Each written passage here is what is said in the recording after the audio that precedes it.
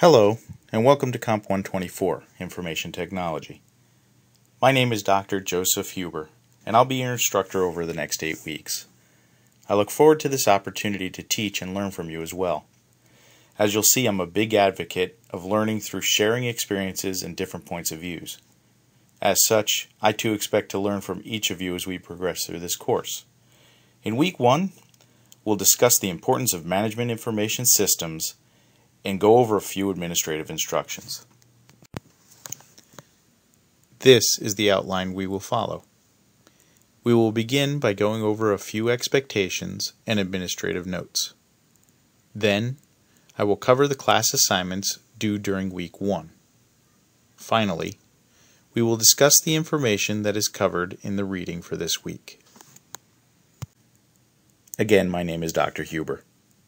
I've provided my cell phone and daytime work number for you to contact me if in an emergency and must reach me right away. If you wish, you can email me with any questions or concerns you have regarding this class or your assignments.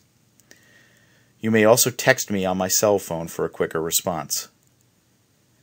I have posted an introduction in the discussion forum so you can learn more about me. But as a quick introduction, I currently serve on active duty in the United States Army.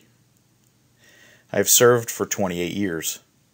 I work for the Army Reserves and was called to active duty 1 week after the attacks on September 11, 2001. Prior to that, I worked for Verizon Information Services as a computer graphic artist. I also developed the company's training and was an instructor teaching graphic art programs to all of the artists within the company. I have worked as an instructor or an instructional designer for over 20 years. I have a master's degree in education with an emphasis on instructional technology. I also have a PhD in education with an emphasis on training and performance improvement. I currently live in Virginia. I also have attached a copy of my teaching philosophy in my introduction in the discussion forum. Please take a look at that so you can better understand my way of doing things. I see learning as an iterative process. That said, I will do my best to provide timely feedback. I expect for each of you to be courteous to me and to the others in the classroom. Please refrain from any offensive language and be respectful when posting responses. I also ask that you submit your assignments in a timely manner. This is important to working collaboratively as a class. As you will see in a moment, collaboration is an important part of this week's lesson, so I feel it's worth mentioning here. My schedule will remain flexible in order to facilitate your progress. I will make myself available every Tuesday between the hours of 5 to 7 p.m. Eastern Standard Time. This means I will sign on to the chat room within the Moodle chat in order to answer any questions you may have. It is not mandatory that you sign into the chat room, unless you would like to discuss the information found in your assignments. Then I would expect to see you there. Please do not wait until my office hours if you have any questions or are struggling with the assignments. In that case, try to contact me and I'll do the best I can to get back to you within 24 hours if I don't answer right away. So now I'd like to take this time to go over some administrative notes for this class. Please get acquainted with the VIU online site. If you've never attended a class online, I would like to know that in your introduction. Make sure you read all of the instructions within your classroom. VIU has done an exceptional job of laying out what is expected of students throughout the class. Again, if you have any questions, do not hesitate to bring them up. Sometimes you may run into computer problems. If that happens, let me know immediately. I ask that all of your assignments follow APA format. This requires for you to cite the work of your references. Be sure that you list all of your references within the body of your paper. Then list the reference at the end of the paper as well. Avoid plagiarism. VIU has a strict policy on this matter. I ask that you submit your assignments to Turnitin prior to submitting them. Once you have done this, you will receive a report regarding potential plagiarism issues. If you receive a score higher than 10 to 20%, I would suggest you consider rewriting your assignment before you submit it. Also provide a copy of the report with your submission. If I feel there is an issue, I may ask you to make changes and resubmit the assignment. Your assignment should be free of spelling errors and should be grammatically correct.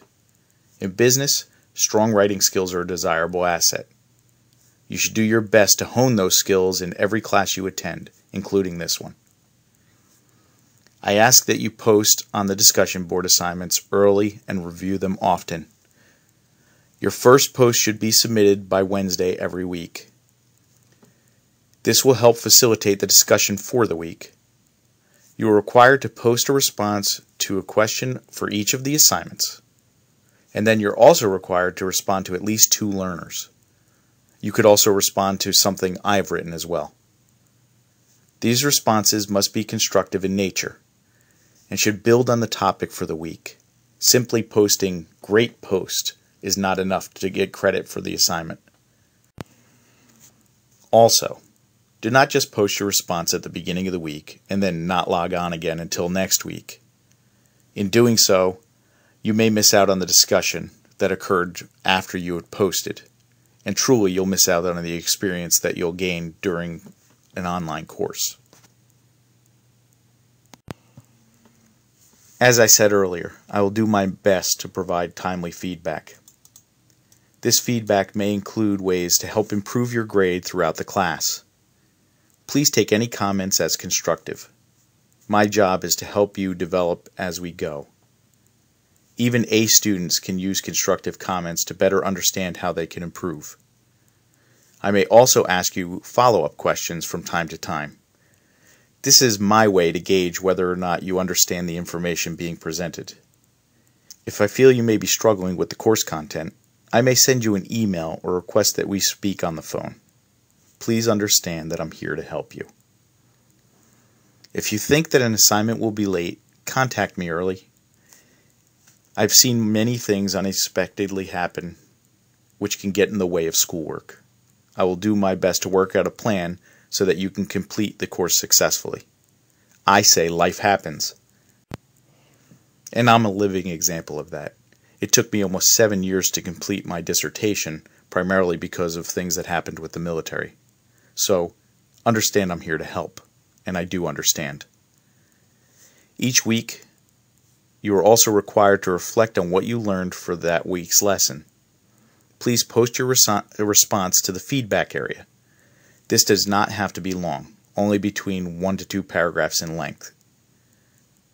Please address any areas that you may feel you need help in the future lessons.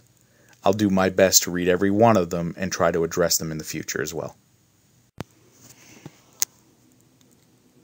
Each week, as part of your lesson, I will go over the assignments for the week. This is a way to ensure you have not missed anything within the course room. For week 1, there are a few reading assignments. First, review the syllabus for this course. Please make sure you notify me if you have any questions.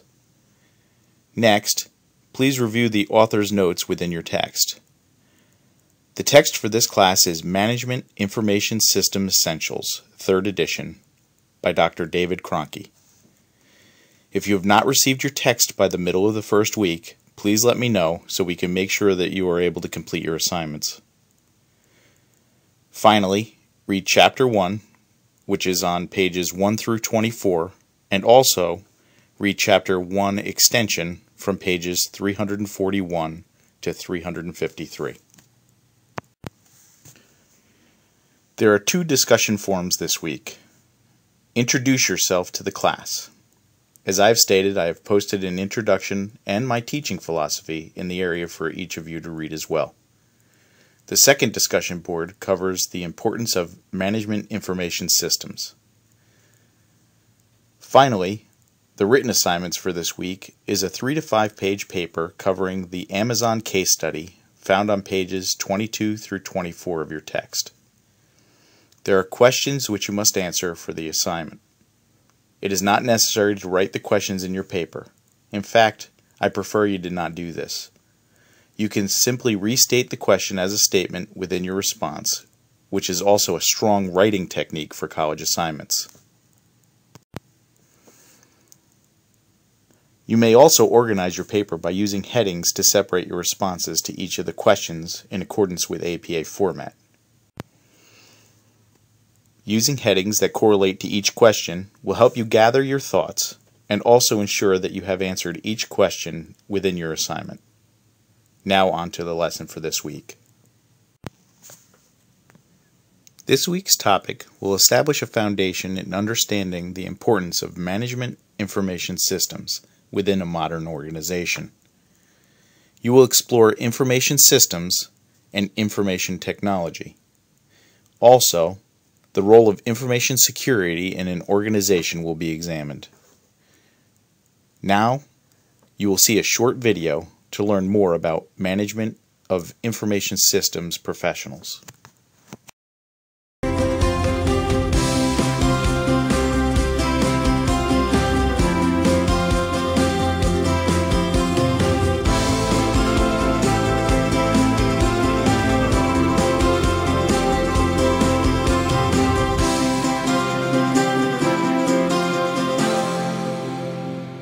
If your computer system seems like a giant puzzle, this person can fit the pieces together. Today, we meet the information systems professional. Hi. Hello. I'm Viviana. Hi, Viviana. I'm Walter Anderson. Welcome Nice to to ITC meet you. Computers. An information systems professional is somebody who works with software and hardware and wiring and infrastructure, does consulting, will make recommendations to decision makers about what it is that they need to change to improve their network infrastructure. It could be computers, performance, or it could be the latest technologies. Put that all together, make it easy for anybody to use, make it safe and secure, and protect the information from any risks. Many of the projects we do for businesses are required that we come in 9 to 5. That's where most of the productivity happens in the day. However, you have to be prepared to work long hours, evenings, and weekends sometimes. Most of our work today, almost 90% of it can be done remotely. What that means is we can manage your information technology and your computer systems from anywhere, from our network operations center or in our office. I connect to about 1,000 systems. We can manage the firewalls, we can manage your screen. So if you're on your computer and there's an error or a printing problem, for example, you call us in within seconds, we're sharing your screen, fixing your problem, and you're back to work again in no time at all. Here, for example, we're monitoring 782 computers. Wow. I just received a text message on my phone that we've got an email problem. So over here, I've got their mail flow showing here. I'm going to just pause their email. This is going to allow us to quickly then jump into their mail server. Sometimes it's spam related. It could be internet service provider. So you really have to think on the fly and solve problems quickly and creatively. Absolutely. Today, networks, or an address of networks, are built on what we call IP addresses. Being able to calculate quickly the network addresses, knowing how the addressing works is important so that every computer that you work and touch on is able to communicate with the rest of the world. A lot of the work that we do happens in small, contained closets and spaces. This is where the sort of the heart of the network infrastructure is, where all of the internet and firewalls and switches and cables come in place. And today we're going to replace a switch and a security appliance which is going to improve the performance of the network. In order to communicate effectively in this industry, you need to speak to people who may not have that level of technical knowledge so that you can explain to them in relatively simple and easy to understand terms what needs to be done. So this looks pretty organized to me. It is, but it can be far better. And that's one of the services that we offer, which is going to allow us to label things, maybe tighten up the wiring, clean things up a little bit, remove some old equipment, add the new stuff. Overall, it'll look more professional and we'll get better results when it comes to troubleshooting problems. The education that you need is definitely a Bachelor of Science degree in computer science or some professional diploma or certificate. Well, that 2-year diploma is going to get you out in the field quicker, than a 4-year Bachelor of Science degree. The 4-year Bachelor of Science is a good foundation to have if you're going for the information systems analyst, the manager of information systems position. You want to work in a big corporate environment or work for the government, but looking for somebody who has a university degree. It takes a lot of experience to get there, a lot of time and effort and education, but if you're willing to put the time in, you're going to be able to achieve those goals. You get to work with all the latest technology and all the cool gadgets, and you get to be the first one to do all this stuff. But some of the most rewarding and gratifying parts of this job is the look on the customer's face when you've solved their problem and they say, thank you very much for fixing our problems, and they're really grateful. And that's the satisfaction you get from doing a good job. But all the cool gadgets are really cool too, and we like those.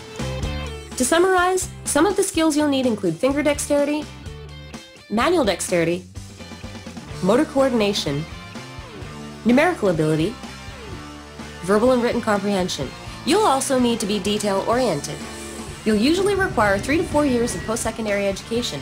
The average salary can range from $53,000 to $66,000 per year. The future outlook for this job is promising as employment is increasing in the coming years and the unemployment rate is expected to decrease. Walter, thank you so much for teaching me about computer solutions. It's been a real pleasure. Thank you for coming by, and I hope you learned a lot. I did. Once again, this is Career Check, and I'm Viviana reminding you that this career could be yours. See you next time.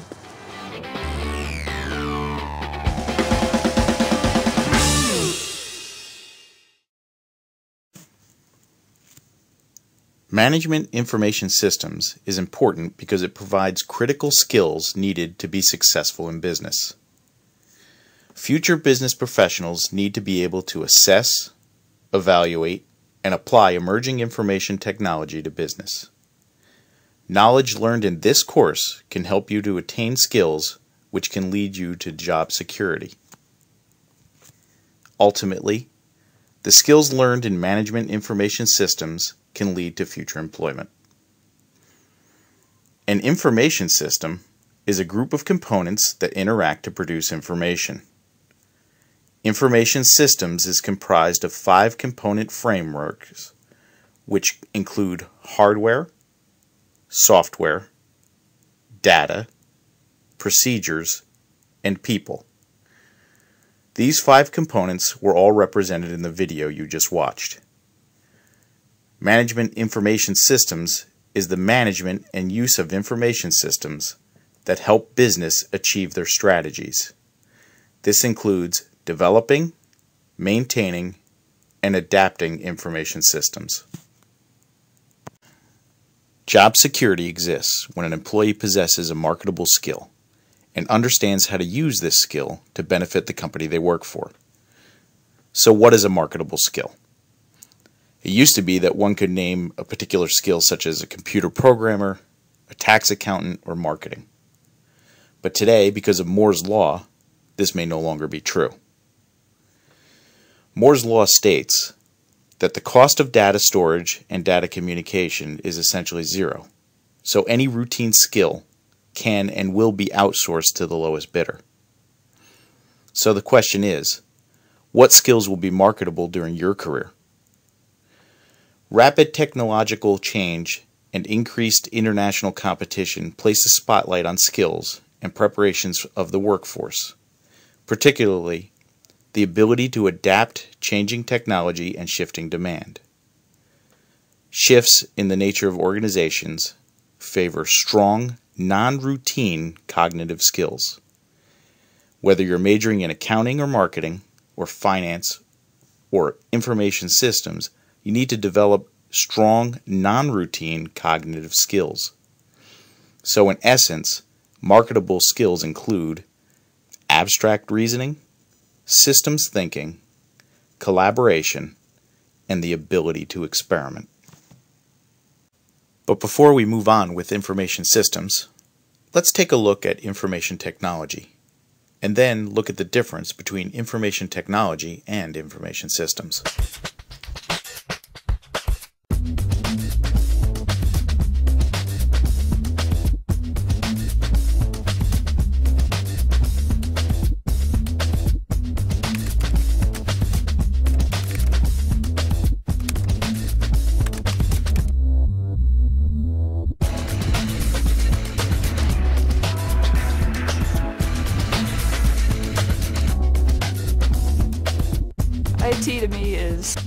information out, storing information, sharing it with people. IT is innovative. Taking all the information that's out there and pulling it together in a meaningful way and presenting it to the user. IT is a tool for knowledge and craft for today and tomorrow.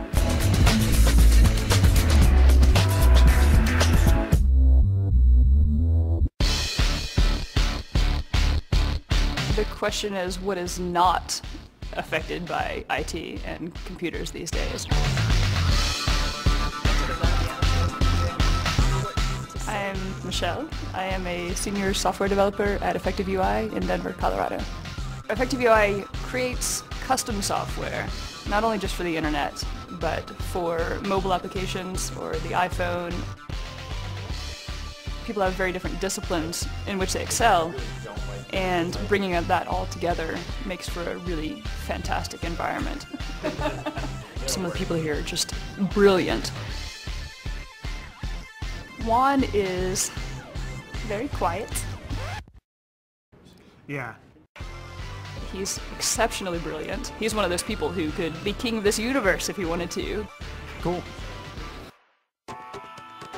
One of the projects I was involved with was an iPhone application that allows doctors to monitor their patients so they could look at their different vital readings right from their phone.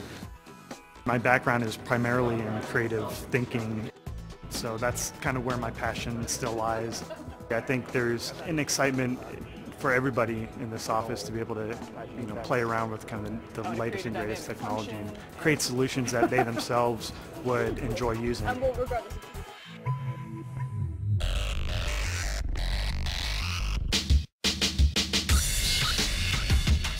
With information technology, it constantly has me around computers, and I learn something new every single day. My name is Kyle Lewis. I'm a Geographical Information Systems Technician at Technographics. We're adding features, so basically we're making this more of a clarification for the person that we're doing this for the company or contractor or whoever you're doing it for.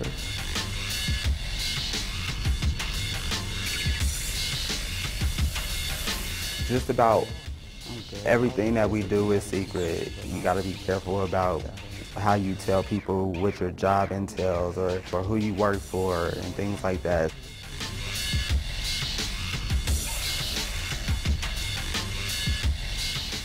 So I feel like some type of secret agent, you know what I'm saying?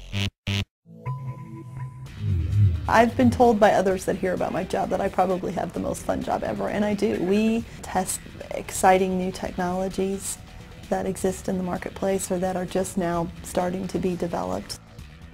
I'm Sandy K. Simon. I'm the Director of Strategy for Utility Innovations and Smart Grid at Xcel Energy here in Denver.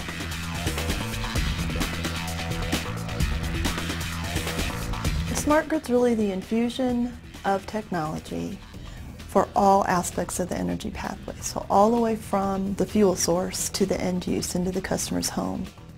As you continue to see our world become more digital, I think you'll see that need continue to grow for people that have a technology background.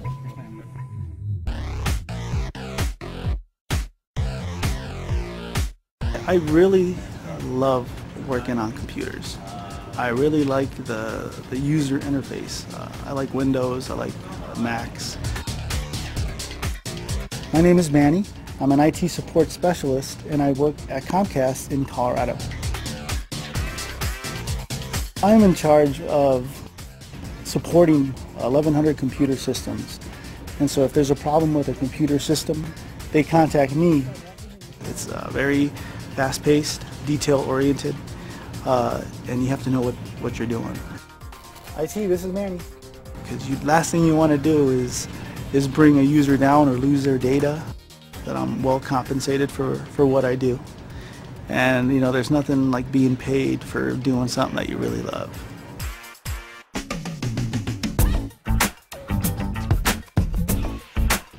And then while I'm in the air, I can do swipes to actually perform different tricks.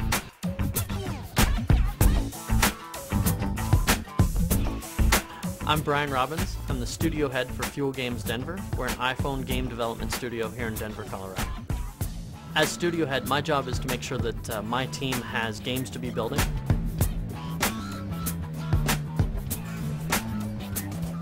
My background is programming. I spent about 10 years programming everything from Flash and Shockwave games up to what we're doing now. And in fact, our latest game, a band skate pool service game for the iPhone, I was actually helping out a lot with the programming there. The best thing about the video game industry is that it's very open and very accepting of a lot of different types of people. The people that work out the best are people that are able to see things that other people haven't seen, envision things that other people haven't been able to envision before, and then express those in a digital form or even on paper. And this is what the virtual worlds allow you to do.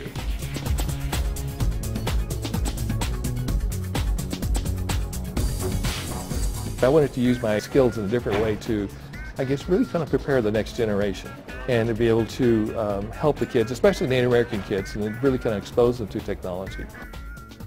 I'm Calvin Pacheco. I belong to the Comanche tribe and a member of the Quijada clan, and I'm a PhD candidate in the Atlas program here at the University of Colorado in Boulder.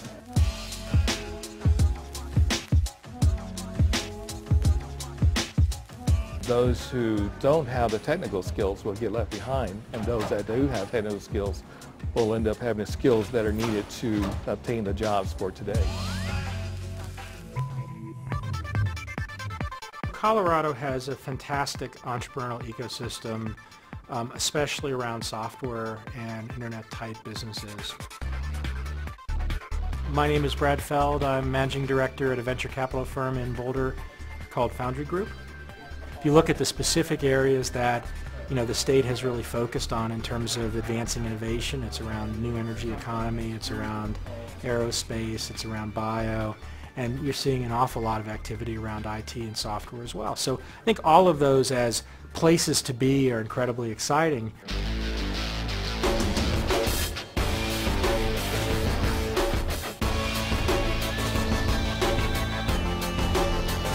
IT and software is a stable place to be, partly because the demand for people far outweighs the supply. I think technology is kind of a foundational kind of thing to have in your toolbox. I mean, as long as you know computers, you can have a job anywhere. I think girls tend to think that it's still not as cool to be smart, but it is pretty cool to be smart, actually. Women, minorities, they bring different perspectives to your team and to how to solve problems. It certainly is open. There's no barrier to keep you out. We're in the midst of that transformation from a non-digital world to a completely digital world. The ability to very seamlessly engage with people somewhere else in the world radically changes your ability to interact with them. The people that get to work from home more often and be more flexible with their work schedule are the technologists. I can bring my dog to work. I can work from wherever I feel comfortable. If I feel more comfortable working from home, or if I want to work from the beach in Antigua, I can work from there as well. I have a job where I go in and I enjoy it, and I do it, and I make great money doing it, and then I go home and ride one of my bikes. And the last 20 years of my life and my business career have been unbelievable in terms of the change that I've seen. I think the next 20 years are going to be even more unbelievable and exciting.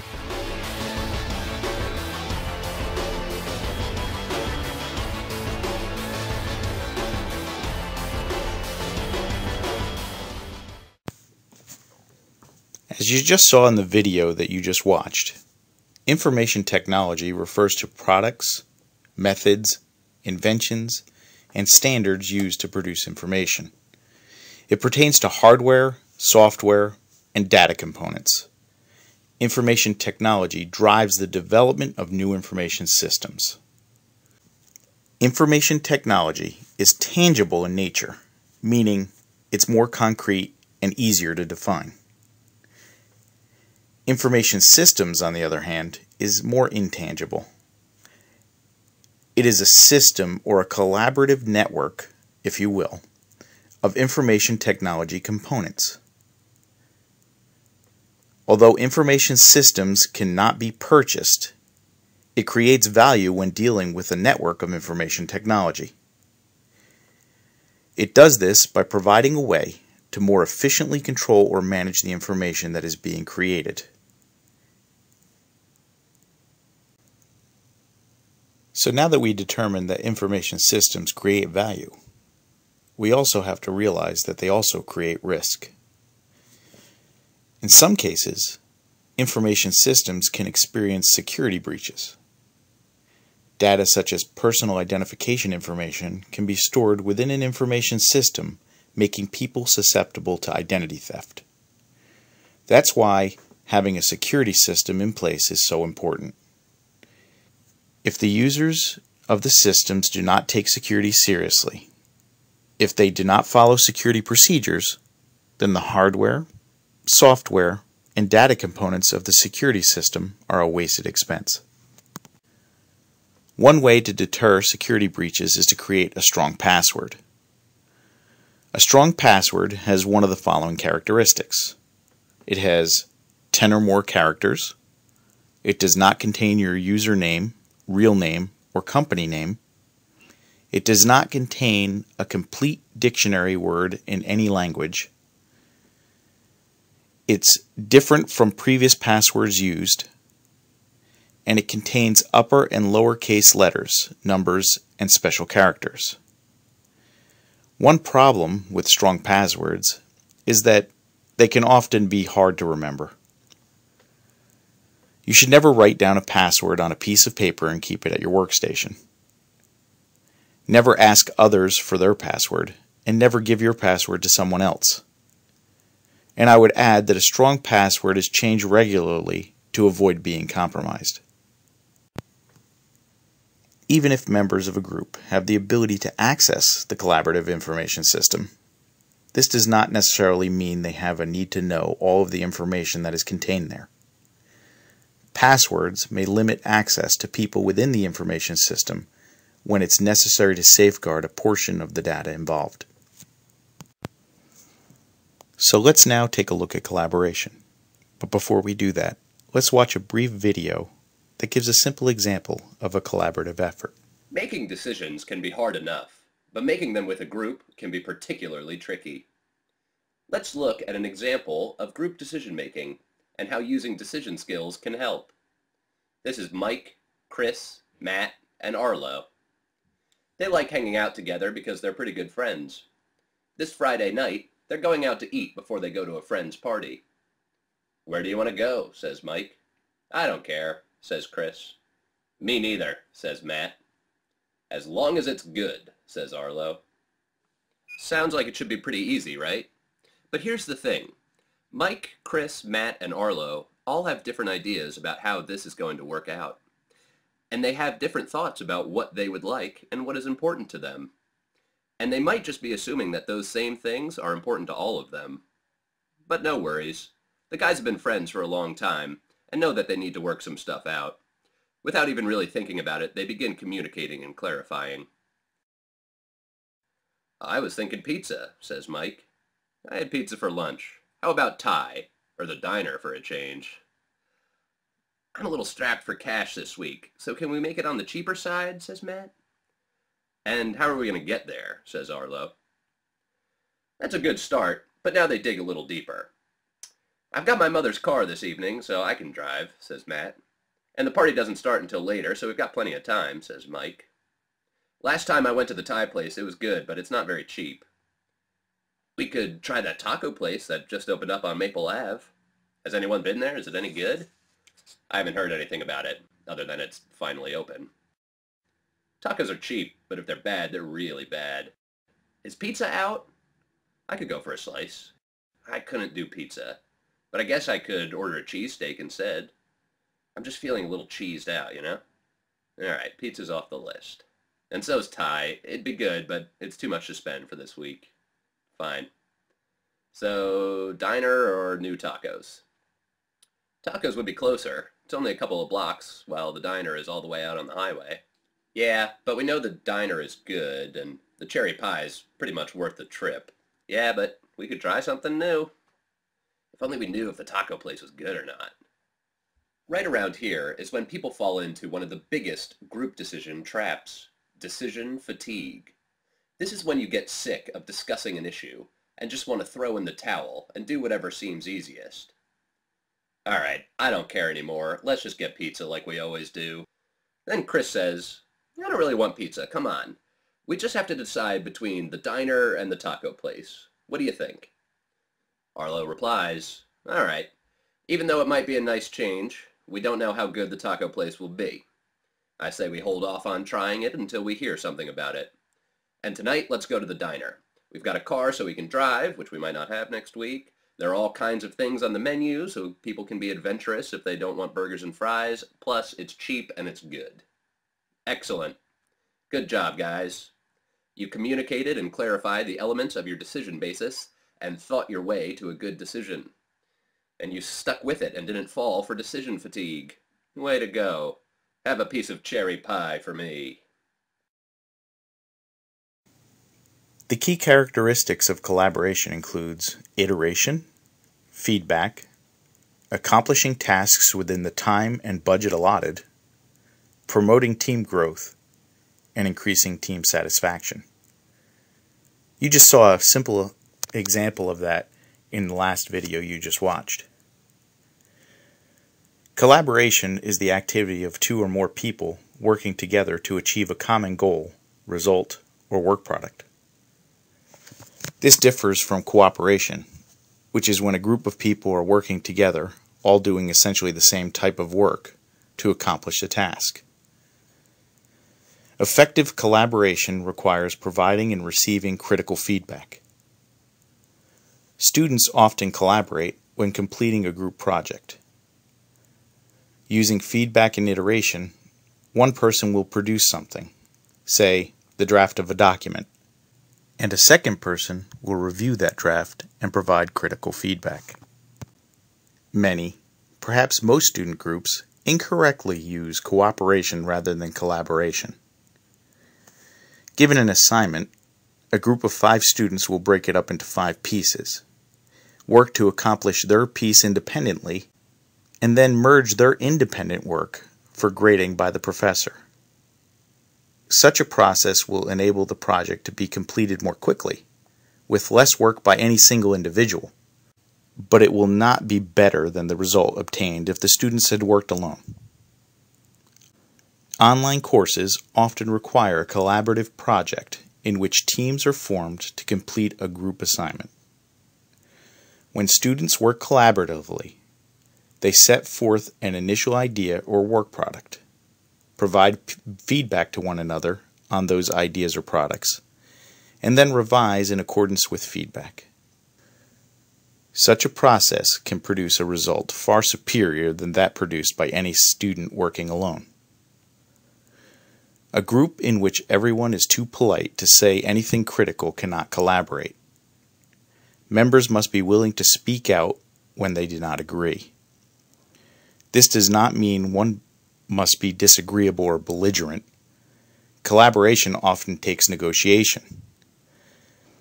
Like the video you just saw, the friends collaborated in order to come up with a decision. But these negotiations often strengthens the end results. Collaborative efforts must avoid using groupthink. Groupthink is when everyone agrees with what is being discussed without any opposing viewpoints. As you may have noticed in the last video, each of the friends did have opposing viewpoints, and they almost gave up to the group's wants. However, one of the friends held out, and they came up with a collaborative decision that everybody was happy with. During collaboration, team members learn from each other, and it would be difficult to learn if no one is willing to express different or even unpopular ideas. But how do you judge whether collaboration is successful?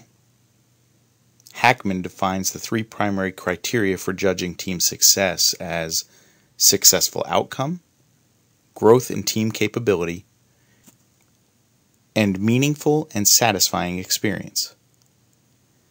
For business professionals, Teams need to accomplish their goals, whether that is making a decision, solving a problem, or managing a project. Some may argue that accomplishing the goal in time and under budget are important criterion as well. Improving the team's effectiveness is a very important criteria of collaboration. Even teams with much experience can become more effective as well. Teams also get better as individuals improve at their tasks. Each of us is a sum of our own individual experiences. Sharing these experiences with others among the team also strengthens the team as a whole. Team members also provide perspectives that other team members need. We learn through sharing our own individual perspectives. As such, team members also teach task skills and give knowledge to one another. As I stated in my introduction, I too can learn from each of you through sharing our perspective and unique experiences throughout this course. The final criteria is that team members have a meaningful and satisfying experience. Let's face it, business professionals usually want their work to hold some meaning. Otherwise, workers would most likely be dissatisfied and feel as if there is no sense to the job they're doing. The nature of team goals is a major factor in making work meaningful. Furthermore, if an individual's work is not only perceived as important, but the person doing that work is also given credit for it, then the experience will be perceived as meaningful. So recognition for work well done is vitally important for a meaningful work experience. Another aspect of team satisfaction is camaraderie. Business professionals, just like students, are energized when they have the feeling that they are part of a group, each person doing his or her job and combining efforts to achieve something worthwhile that is better than anyone could have done alone. But before we look closer at the purpose of collaboration, let's look a little bit closer on how to improve the decision-making process. We take decisions all the time. So what exactly is decision-making? Decision-making is said to be a mental process wherein individuals evaluate the options available to them and choose the one that best suits their needs. In general, decisions can be categorized into two types. Programmed decisions are repetitive and routine. These are decisions such as reordering office supplies, standard customer orders, and so on. Non-programmed decisions are new or unique. These could be decisions about moving into a new market or changing the strategic direction of the organization, etc. Decision-making involves a subtle process. Let's take a look at it. The first step is to understand why you wish to take the decision. Having clarity about the goal helps in planning to achieve the same.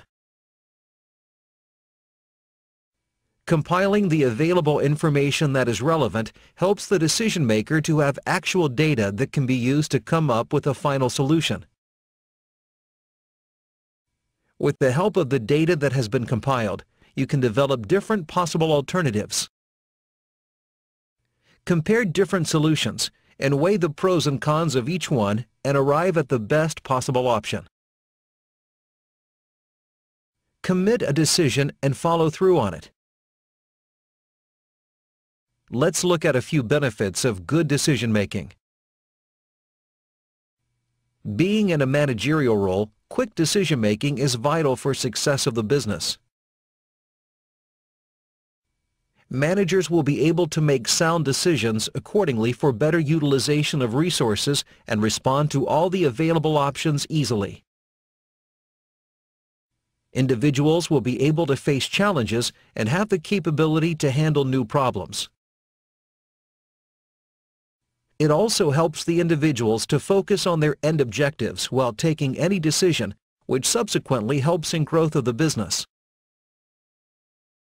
Rational decisions facilitate innovation as they help in creating new ideas, new process, new products, etc. Rational decisions help in motivating employees as they help in generating high profits for the organization, in both financial and non-financial terms. So how do we help employees to take decisions? Let's now look at what you should remember while taking a decision. While taking a decision, if you are not sure at any point, ask another qualified person for advice. Make sure you gather all the required information so that you get a comprehensive picture that can help in taking a decision. Make a list of all the possible options and the consequences for each of them. Taking strong and confident action helps in effective decision-making. It helps to understand the perception of others, so don't hesitate to get feedback from others regarding your decision. It is important to understand what needs to be avoided while taking decisions. Let's take a moment to go through them. Don't feel pressurized while making any decision. This might lead to a rash decision with unwarranted results. Although emotions play a part in decision-making, don't base your decision purely on emotions. This may hamper the outcome you wish to achieve with the decision.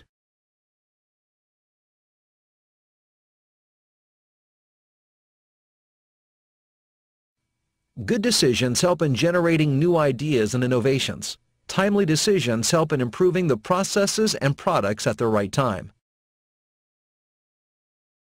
According to Ben Stein, the indispensable first step to getting the things you want out of life is this: decide what you want. Collaborative teams accomplish 4 primary purposes.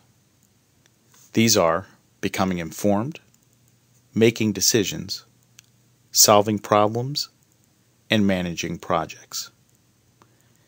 Informing is the first and most fundamental collaboration purpose. 2 individuals can receive the same data, but construct different interpretations. One reason for this is that each person will understand the information based on their own past experiences. As you would expect, team members need to be able to share data and to communicate with one another to share interpretations. The goal of informing is to ensure, as much as possible, that team members are conceiving or understanding information the same way. This is why sharing past individual experiences with the group also assists in improving the group to perform more efficiently. By sharing experiences, a group is able to understand and interpret information in the same way throughout the group members. One of the team's first tasks is to ensure that everyone understands the goal of the collaborative effort, and further, understands what constitutes an operational expense. Not every decision requires collaboration. Simple or structured decision-making processes often do not require collaboration at all. In fact, involving collaboration in routine, structured decisions is expensive, wasteful, and frustrating. Do we have to have a meeting about everything?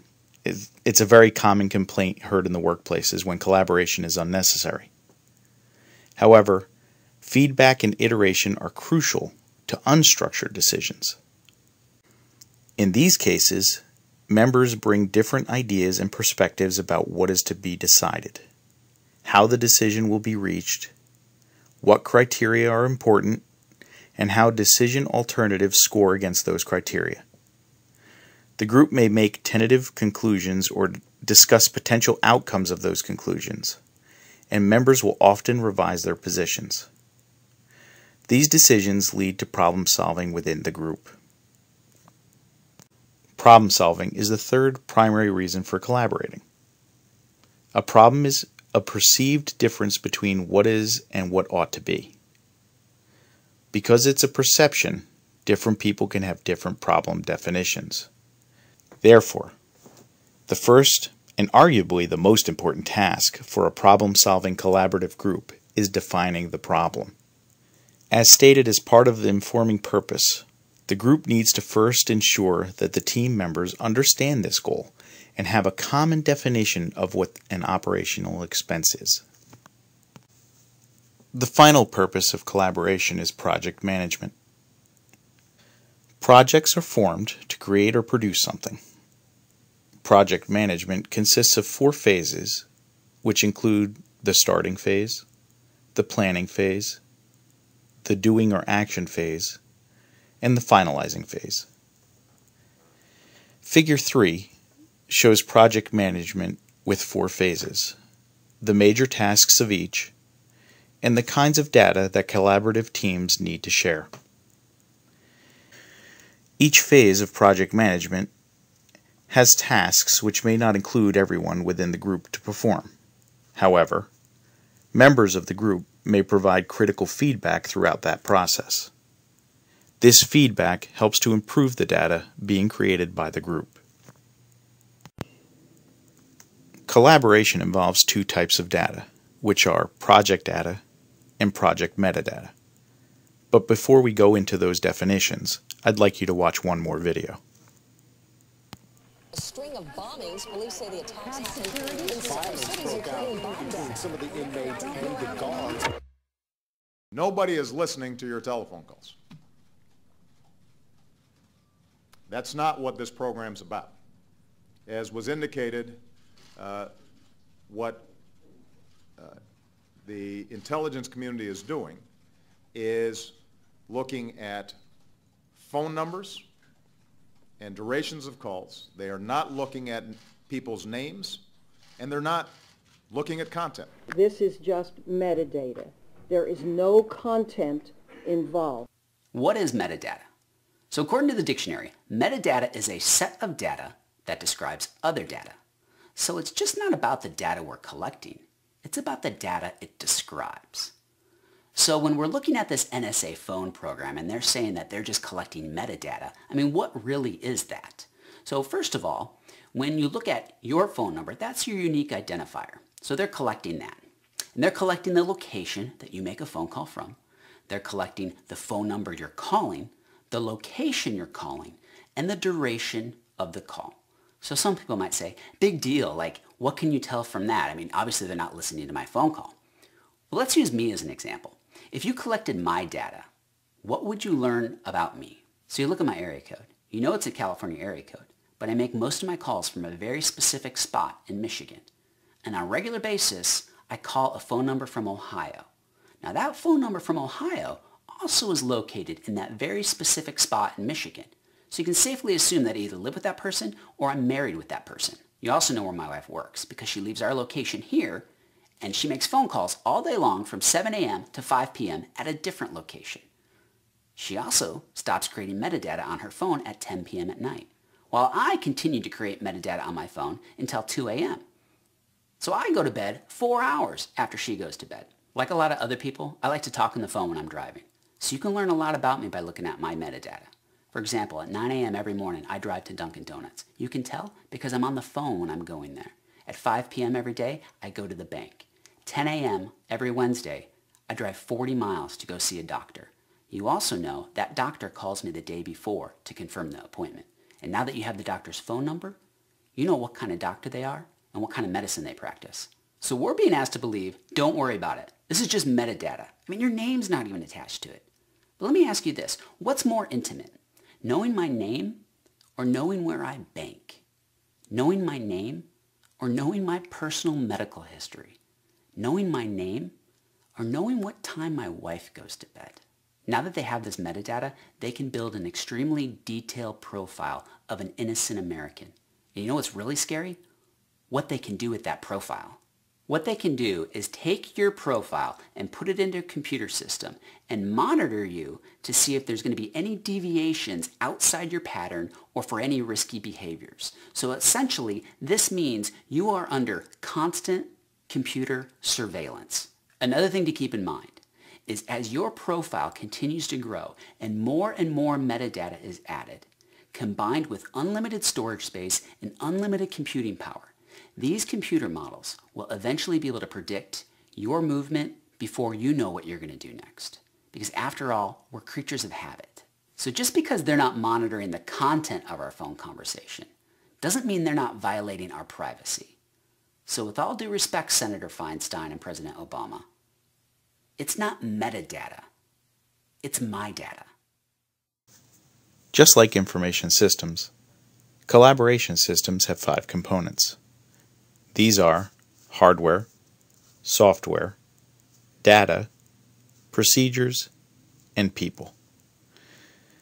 Collaboration involves 2 types of data, as I stated earlier, these being project data and project metadata.